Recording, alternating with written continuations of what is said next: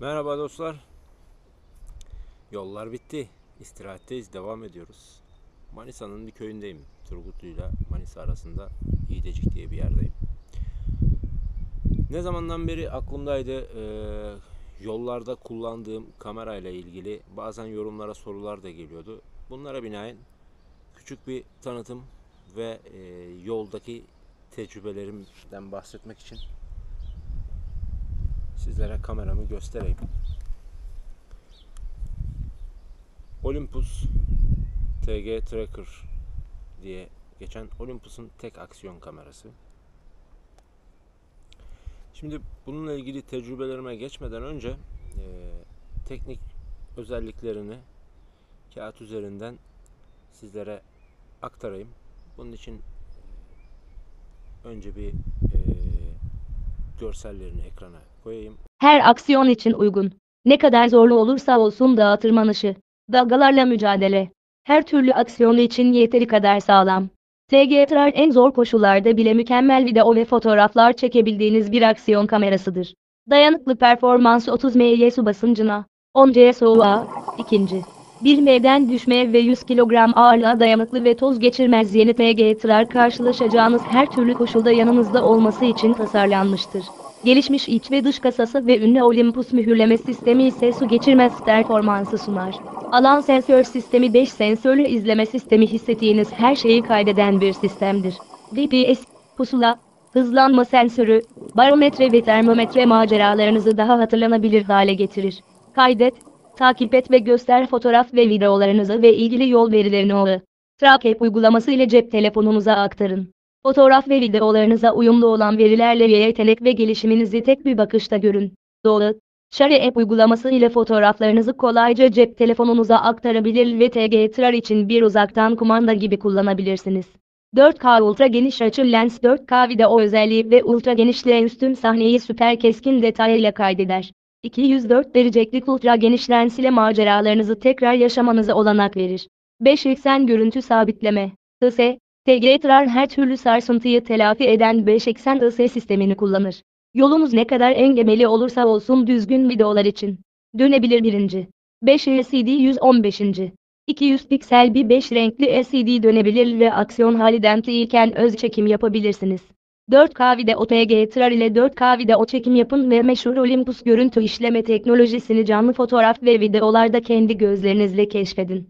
Güçlü ışık yüksek yoğunluklu dahili ışıklandırma.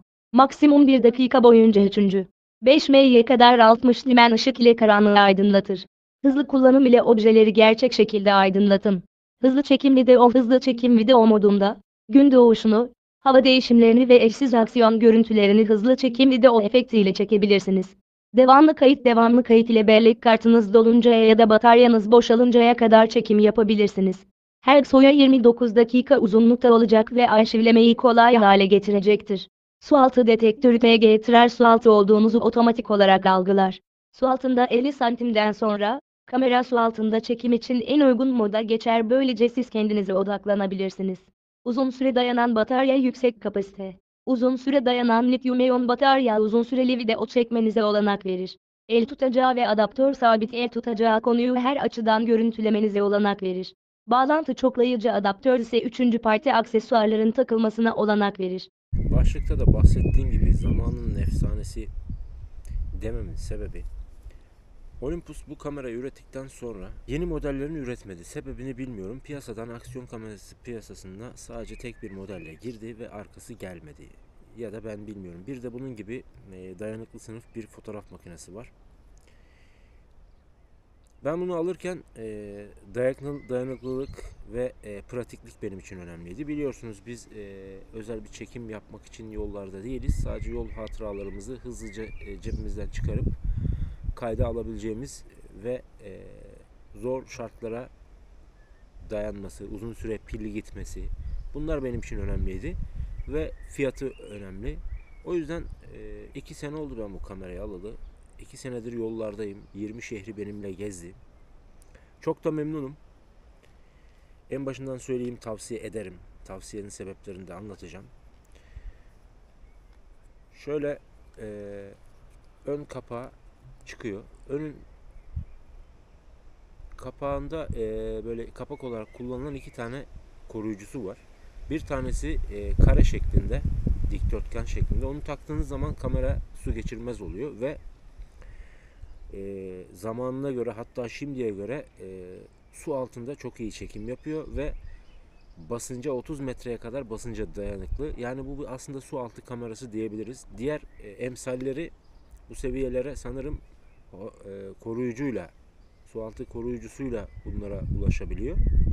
Ama bu sadece öndeki o contalı kapağını takmanız yetiyor. Belki bu kapağa da conta takılsa aynı işlemi görebilir. O kapağını kaybettim. Belki eski videoları hatırlayanlar bilir. İstanbul'dan çıkıp Karadeniz'e doğru giderken Şile civarlarında yoldaşa köpekler saldırmıştı. Bu arada yoldaşı tutayım falan derken elimde kamera vardı ve kamera elimden düştü, bir yere çarptı. Kapağı orada çıktı. Nasıl çıktı onu da anlamadım. Ve çınar yaprakları vardı. Ortalıkta yapraklar vardı. Onların arasında belki birkaç saat aradım, bulamadım. Sonrasında bu kapakla kullanmaya başladım. Bu kapak normal bir koruyucu. Bunun da dış yüz camı çizildi. O yüzden sürekli çekim yaparken videolarda da görmüşsünüzdür. Bu kapağı çıkarıp kayda giriyorum. Sonra tekrar içindeki lens de çizilmesin diye tekrar bu çizik kapağı üzerine takıyorum. Hatta bazen yorumlarda soran olmuş, abi işte çekim yaparken elin sürekli böyle duruyor, neden? Hızlıca kayda girmem gerektiğinde bunu bir yere koymuyorum. Elimde böyle tutuyorum. Bir yandan da elimdeki sopayı tutuyorum falan. Elime bir şey oldu sananlar olmuş. Velhasıl ayrıntıya çok girdim. Bunun en güzel yönlerinden biri arkadaşlar, pili uzun gidiyor. Bana 1-2 gün gittiği oluyordu. Yani şöyle söyleyeyim, birkaç gün gidiyor ama bunu açık bıraksanız belki pili ne kadar gider onu test etmedim. Ama ben mesela 2 günde, bazen 3 gün, ilk zamanlar pili daha yeniyken oluyordu 2-3 gün gittiği. Şöyle pili de arkadan şöyle yaklaştırayım biraz. Şunu şöyle aşağı ittirip yana doğru açtığınızda pili çıkıyor. Şurada bir onu tutan bir şey var. Mandalı var. Ve buradan çıkarıyorsunuz. Şöyle biraz daha kamerayı bu tarafa alayım. Daha yakından kamerayı size göstereyim bence.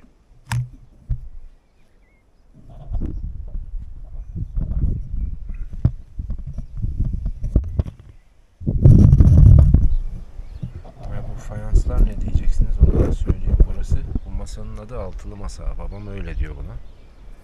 Böyle betondan masa yapmış. Üzerine fayans düşecek. Bu fayanslar onun için almış. Altıgen olduğu için buraya altılı masa diyor. İşin esprisi.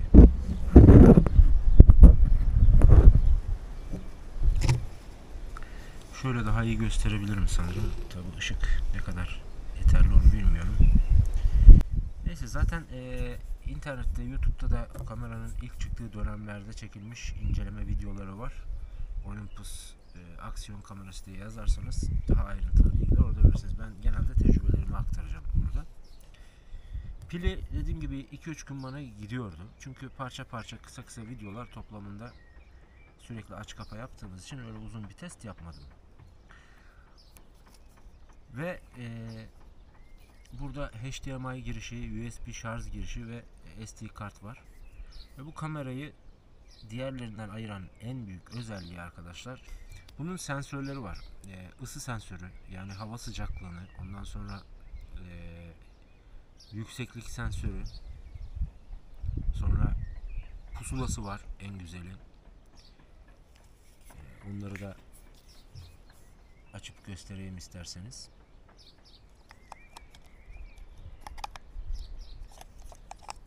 Bu sensörler, ben tabii ki bunları çok kullanmadım yolda. Çünkü bizim için önemli olan şarjdı. Bu sensörleri kullanmak için şurada aç kapa butonu var, bakın. Böyle açık, böyle lock kısmı, burası da kapalı. Bunu sürekli log'da tutmanız gerekiyor. Yani açtıktan sonra kapalıya değil direkt log'a almanız gerekiyor ki verilerini sürekli kaydetsin. Yani üzerindeki GPS'i sürekli açık kalması gerekiyor ki o verileri sonra videoya entegre ederek bir köşesinde, ekranın bir köşesinde göstererek yaptığınız sporla ilgili, macerayla ilgili verileri ekrandan göstermenize olanak tanıyor. Bu çok güzel bir özellik. Fakat ben bunu yolda denedim. Kamerayı kapatmayıp log'a aldığımız zaman şarj süresi çok daha çabuk bitiyor. Bizim için onlar önemli değildi. O yüzden onları kullanmadım. Yani uzun bir yolculukta değil de yapacağınız spora, gideceğiniz güne, maceraya göre yedek pil alarak o özelliklerini çok rahat kullanabilirsiniz. Başka neyini söyleyeyim? 4K kayıt yapıyor. Şöyle hatta açalım, menüsünde görünüyor mu? Şu altındakini ben taktım. Bu bunun değil arkadaşlar. Bunu çıkarabilir miyiz? Şuradan tornavida gerekiyor. Şimdilik kalsın. Hafıza kartı yok. İçine hafıza kartı takmam lazım. Pardon. Velhasıl 1080p 60 FPS'e kadar kayıt yapıyor. 4K'da 30 FPS kayıt yapıyor. Fakat 4K'yı bir kez denedim. Geçmiş videolarımda var. O da Mersin civarlarında bir video vardı. 4K diye zaten başlığında yazıyor. Oradan izleyebilirsiniz 4K görüntüsü nasıl. Ama 4K'da çok kısa sürede ısınıyor. Bunun sebebi şey olabilir. İçindeki hafıza kartı o zaman 4K'ya uyumlu bir hafıza kartı takmadığım için olabilir. Bunu bilemiyorum. Fakat tabii ki o döneme, 2016 dönemine göre 4K 30 FPS bence akranları arasında, emsalleri arasında çok iyi. Ayrıca en önemli özelliklerinden biri üzerinde dahili bir flaşı var. Yeterince güçlü. Bazı videolarımda görmüşsünüzdür. Işığı açıyorum. Gece çekimlerinde özellikle çok pratiklik sağlıyor. Hemen şu tuşa basılı tutarak ışığını açabiliyorsunuz. Sonra güzel özelliği fakat ben kullanırken bana bazen sorun yaşatan şu üzerini bantladığım böyle delikli bez şeklinde bir bantla bantladığım stereo mikrofonlara sahip. Çok hassas ses kaydediyor. Çok yönlü ses kaydediyor. Fakat ilk başlarda nasıldı hatırlamıyorum pek ama son zamanlarda dip sesleri çok cızırtı almaya başladı. Muhtemelen bunların içine toz mu kaçtı diye ben üzerini kapattım ama yine de o değişmedi. Ekranını söyleyeyim. Ekranı yine dönemine göre böyle dönen bir ekran o zamanki kameralarda yok. Buna benzer o dönemde Samsung'un Sony'nin kameraları var ve GoPro'nun o dönemlerdeki kameralarına göre çok daha iyi bu. Hala alınır mı derseniz 2023 yılında bu kamera alınır mı? Bence kesinlikle alınır. Ama tabii yapacağınız işe göre değişir. Benim gibi sağlamlık ve her yönüyle, her türlü macerada kullanılabilsin ve görüntü kalitesi çok önemli değil diyorsanız kamera alınır. Ki görüntü kalitesi de hatırı sayılır bir kalitesi var. Yani kötü değil. 1080p 30 FPS'te çekimler yaptım çoğunlukla. Son zamanlarda Likya yolunun büyük bölümünü 1080p 60 FPS'te çektim. Gayet de kullanışlı. Ve şöyle bir güzel düşünülmüş bir de aparatı var arkadaşlar. Silah gibi, kabza gibi böyle. Bu şekilde altına takılıyor. Bunu bir de şurasına küçük bir ayna koymuşlar. O çok güzel olmuş. Şunu 2 dakika söküp geleyim ben ya. Takıp da üzerini de göstereyim. Evet dostlar, altından bunu söktüm. Bunu ben ekstra böyle küçük bir tripod takmıştım son zamanlarda. Normalde daha önce bunun altında bir tripod için bağlantı yeri vardı. Ama sonra buradaki o somun düştü. Ben kendim onu sabitlemeye çalıştım tutkalla falan ama olmadı. İlk videolarımdan ve hatta kanalımdaki profil fotoğrafından, kanal fotoğrafından şu kamerayı şöyle düzelteyim.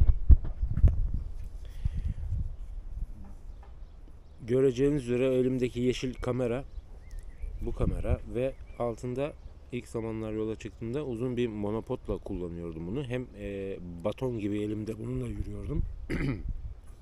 Hem de çekim yapmak istediğimde direkt hazır oluyordu. Bu böyle kullanılıyor burada. Çok güzel düşünülmüş. Şöyle hemen takalım.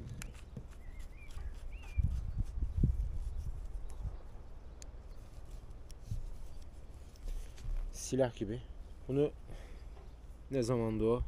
Hatırlamaya çalışayım biraz. Evet, yola ilk çıktığım haftaydı galiba. Manisa'dan başlamıştım ya. 2021'de, vay anasını be. Ne yollar geçti. Yunt dağlarını aşıp Bergama'ya indiğimde bir köyde kahveye elimde burada ve altında onun sopasıyla birlikte girdim. Beni altın arayan biri zannettiler. Bunu da dedektör zannettiler. Kimi silah zannediyor, kimi dedektör zannediyor.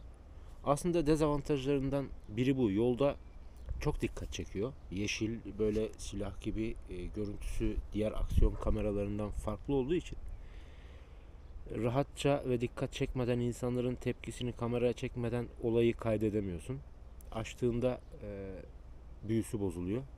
Ama normal aksiyon kameralarında bu daha az oluyor. İnsanların dikkatini o kadar çekmiyor. Bu bir dezavantaj sayılabilir. Ne diyordum? Normalde altına böyle tripodla bağlanabiliyor. Şu öndeki ayna çok güzel düşünülmüş. Çünkü bu kameranın ekranı sadece böyle açılıp kapanabiliyor. Çekerken arkadan neyi çektiğinizi görebiliyorsunuz. Keşke içine bir hafıza kartı taksaydım. Menülerinde gösterseydim. Ama arkaya dönmüyor. Muhtemelen bunu sağlamlık, dayanıklılığı zedelememek için, dayanıklılığı arttırmak için böyle bir şey düşünmüşler. Bunu da böyle öne bir ayna koyarak telafi etmişler ki çok da işe yarıyordu. Böyle tuttuğunuzda kendinizi ortalayabiliyorsunuz. İşe yarıyor. Başka neyinden bahsedeyim? Yani yolda ben bunun faydasını çok gördüm. Özellikle pusulasını kullandığım zamanlar oldu. Tabii ki Türkiye'de yönümüzü kaybedecek durumda değiliz ama bazen bazı şeylerden emin olmak için baktığımda, en azından test amaçlı baktığımda pusulası gayet güzel çalışıyor. Şöyle koyduğunuzda çok doğru bir şekilde yönü gösteriyor.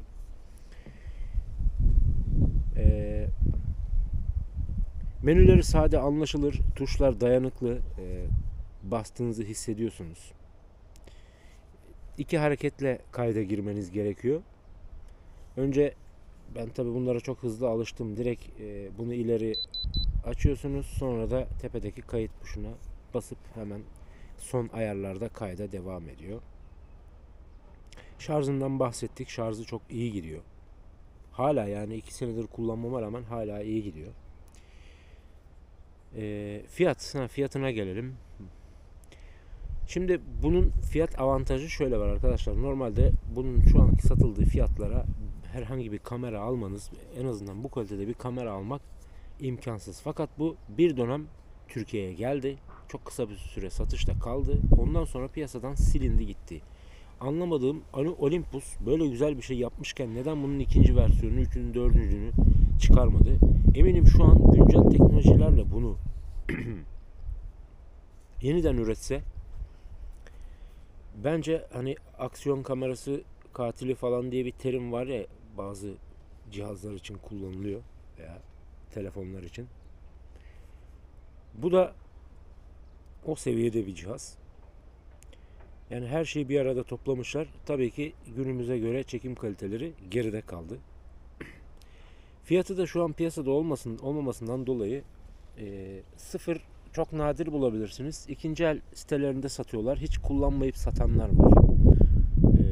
Ben de İzmir'de bir arkadaştan almıştım. Bana hediye geldi dedi. Bir şirketten hediye gelmiş ona. Öyle bir şeyler anlattı. Kutusu falan duruyor hala. Onlar yanımda değil şu an. O zamanlar 2500 liraya mı almıştım? Yanlış olmasın, fiyatını hatırlamıyorum. Ama şu an hala 1500, 2000, 2500, 3000, 4000 insanların çeşitli farklı fiyat koymuşlar. Zaten ilan da az. Bence çok görüntü kalitesi aramıyorsanız, aksiyon lazım diyorsanız kullanılabilir. Fakat stabilizasyonu idare eder. O kadar çok kötü de değil ama şimdiki aksiyon kameralarına göre artık bana yetersiz gelmeye başladı. Zaten videoları izlemişsinizdir. Görüntü örnekleri koymama gerek var mı bilmiyorum. Yani burada yeniden çekmeme. Bunun bak şimdi parça parça aklıma geliyor, bahsetmediğim en önemli konusu lensi arkadaşlar. 204 derecelik belki de değil, bence piyasadaki en geniş açılı lens. Şimdi tabii ki 360 kameralar çıktı. Onlarınki 360 derece alıyor. 2 tane lens kullanıyorlar. Onlar bile 180 şeklinde.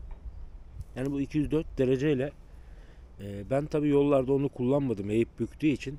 Menülerini videoya çekip menüleri nasıl, bunu anlatmayacağım. Çünkü zaten daha önce ilk çıktığı dönemlerde YouTube'da bunu ayrıntılı inceleyen kanallar olmuş. Onlardan bakabilirsiniz. Böyle bir uzun yolda kullanılabilirliğiyle benim çok işimi gördü. Şu an bu kamerayı yeniliyorum. Yani yeni bir kamera almak zorunda hissediyorum kendimi. Sebebi birincisi, bu kapak sürekli tak çıkar beni artık rahatsız etmeye başladı. İkincisi, gerektiğinde 4K görüntüler çekmem gerektiğinde bu yetersiz geliyor. Ve stabilizasyon. Arkadaşlar, yolda yürüyerek bir Türkiye turu yaptığımız için elimizde kamera ve kamerayı sabitlemek veya planlı kurgulu çekimler yapmak imkansız. Ki biz de zaten çekim yapmak için yolda değiliz. Sadece yani şöyle, video çekmek için yola çıkmış biri değilim. Bunu daha önce biliyorsunuz. Bir amacımız var kendimizce. O amacımız için yollardayken o anı aktarabildiğimiz kadar pratik bir şekilde çıkarıp yolu, o anılarımızı kayıt altına almak. Bunda da sürekli sadece elimizde çekim yapabiliyoruz. En pratik o. O yüzden stabilizasyon bazı videolarda izlenmeyecek duruma geliyor. Yani ben de izlerken rahatsız oluyorum. Ve bu şekilde yenilemek istedim. Yeni bir kamera aldım. Şu an onunla kayıt yapıyorum.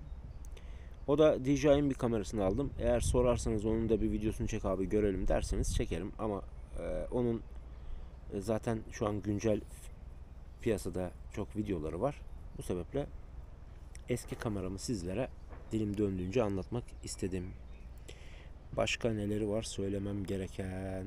Unutuyorum ya. Altında hoparlörü var. Videoları izlerken sesli bir şekilde ekrandan görebiliyorsunuz. Ekranı dokunmatik değil, tuşlarla kontrol ediyorsunuz. Zaten çok basit bir menüsü var. O dönemde de zaten dokunmatik ekran beklemek çok gerçekçi olmayacaktır. Yani her şeyi bir arada, feneriyle, pusulasıyla, ne bileyim diğer sensörleriyle tam bir aksiyon kamerası bence. Yani bütün aksiyonu, sadece görüntü değil, o andaki hareketi de kaydediyor. Bunu ben yapmadım. Benim yolculuğumda bunu izlemediniz. Biraz önce bahsettiğim şarj sıkıntısından dolayı. Ama mesela ben buradan bir kayak sporu yapacak olsam bunu alırım. Yedek 2 tane bataryasını alırım. Çünkü belirli bir sürede gidip geleceğim. O yüzden bataryasının bitmesi benim için o zaman önemli olmaz. Öyle sporlar yapıyorsanız ideal bir kamera. Bütün verilerini ekranda gösteriyor. Durum bu. İnşallah yeniden yollara çıktığımızda, şu an net plan yok. Şu kamerayı bir düzelteyim arkadaşlar. Şöyle. Ya bir şeyler söyleyecektim, unuttum sanki ya. Her neyse. Aklıma gelirse tekrar konuya girerim. Şu sap da güzel ha, böyle direkt hemen çantadan çıkarıyorum. Ya ben biraz aslında bu kamerayı biraz hor kullandım. O yüzden şu cam çizildi. Hatta içindeki lenste de ufak bir çizik olduğunu hissediyorum. Çok videolarda belli olmasa da ufak bir çizik var. Sürekli benim bir ön çantam var, meşhur biliyorsunuz. Onunla böyle işte çekip hemen direkt kameraya atıyordum. İçinde bir sürü tornavida, zımpara, her şeyim var o çantanın içinde. Ona denk gelince biraz daha kibar davranmak gerekiyor, özellikle camı için. Her şey zaten lens ve cam. Ama diğer yerleri maşallah sağlam. 2 metreden düşmeye dayanıklı, 30 metreye kadar bu haliyle suya girebiliyorsunuz. Basınca dayanıklı. Su altı videoları da güzel. Benim ilk yola başladığımda hatırlarsanız Çanakkale civarlarında denize bununla girmiştim. O zamanlar hey gidi günler hey. O zaman bunun koruyucu kamerası vardı, gıcır gıcırdı. Hatta Akçay civarlarında bir Akalios diye bir kamp alanına gitmiştim. İlk videolarda. Orada nehrin içine kamerayı sokmuştum. Bazı çeşmelerin havuzlarına soktum. Çok güzel öyle su altı görüntüleri elde edebiliyorsunuz. Velhasıl bu. Yeni kameramızla yeni çekimler yapmaya başlayacağız. Ama şu an bayramı geçirdik, Ramazan bayramını. Yoldaş da buralarda. Kız neredesin? Dolanıyor etrafta. İnşallah seçimlerden sonra yeni rotalar planlayacağım. Yani şimdi tekrar oy kullanmaya gelmek olmaz. O yüzden seçimleri bekliyorum. Seçimlere de çok bir şey kalmadı. Yeni DJI kameramızla bakalım nasıl çekimler yapabileceğiz. Bizi yarı yolda bırakacak mı? Bilmiyorum. Bunun da çok güzel özellikleri var. Bundan da bahsederim sonra eğer sorarsanız. Ayrıca bir de bir şey sormak istiyorum. Yolculuğun geneliyle ilgili veya işte herhangi bir konuda soru cevap gibi herhangi bir video yapalım ister misiniz? Bu konuda bir talep gelirse, hazır boşken, oturuyorken, istirahat halindeyken böyle bir video yapabilirim. Hatta bu sorularınız varsa, o sorular birikirse bir video yapacak kadar bu videonun altına yorum olarak yazarsanız onu da daha uygun bir vakitte o sorulara da cevap vermek isterim. İnşallah rotamı düşünüyorum ya. İç Anadolu'ya doğru gideceğim. Artık kıyı şeritleri bitti. Önce Trakya'dan başladık. Çanakkale, Trakya, İstanbul, Karadeniz'in büyük bir bölümü. Oradan İç Anadolu, Sivas, Sivas'tan Adana, Adana'dan Mersin, Antalya ve o yorgunlukla Likya yoluna girdik. Silivri ile güzel bir Likya macerası yaşadık. Bitti. Hepsi artık geride kaldı. Videoları ben de geriye dönüp bazen izliyorum. Keyifli günlerdi. Şimdi yeni maceramız inşallah İç Anadolu'ya doğru olacak. Buradan Türkiye'nin ortasından doğuya doğru yürüyeceğiz. Eğer plan değişmezse, kesin değil, net değil. Daha rotaları tam belirlemedim. Kurban Bayramı'na kadar kalır mıyım seçimlerden sonra, yoksa seçimlerden hemen sonra mı giderim? Bunları düşünüyorum. Bir yandan burada istirahatteyiz ama bayram geçti. Belki bir iş ayarlayıp seçimlere kadar çalışabilirim. Falan filan işte. Neyse. Bu videoda böyle bir küçük tanıtım videosu olsun. Aklıma gelen şu an bir şey yok. Dediğim gibi Olympus'un keşke devamını üretseydi dediğim bir kamerası. Aynı bu özelliklerde, bu dayanıklıkta bir de fotoğraf makinesi var. Bence zamanın efsanesi şimdi de hala alınabilir kameralardan. Evet.